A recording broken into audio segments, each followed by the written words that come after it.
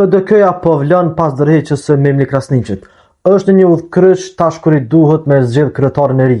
2 ditë para konventës, Enver Hoxhaj kërkoi shtyrjen e saj për një javë. Vlora që toku i reagoi Hoxhaj duke cituar statutin e PDK-s. Edhe Ramiz Ladrovci kishte kritika për mënyrën e këtyre zgjedhjeve, duke kërkuar përgjegjësi për bedelet në përdekët lokale të PDK-s. Por shih që s'ka vullnet për me shty konventën, sepse gjithçka është e paracaktuar. Në mbrëmje Hoxhaj foli me tone kritike për Memli Krasniqin, Bedri Hamzën dhe procesin e zgjedhjeve në PDK.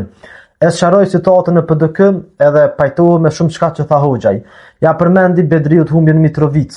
Pra procesi i zgjedhjes së kryetarit të PDK-s nuk është as garë, as demokratike sipas meje. E para punës gjithçka është shpejt. Një improvizim i demokracisë që s'lejon garë ferë drejt.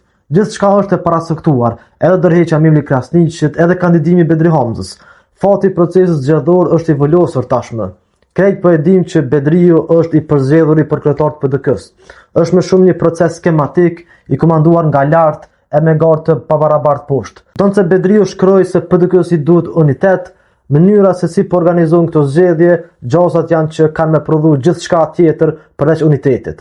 Janë zgjedhje arbitrare e autoritare, ku kërkohet rreshtim pa debat, përkraje pa zhurmë. Kërkohet disiplinë partijake e gjitha në emër të një uniteti. Nuk e di atë ta sheh këtë video Enver Hoxhaj, ama e kam një sugjerim për të. Mos kandido në zgjedhjet e së hanës, sepse kandidimi i yt nënkupton legjitimim të një procesi demokratik. Kandidimi i Hoxhajt të hënën do të ishte një arsyetim i një farse, e një procesi që veç demokratik s'është.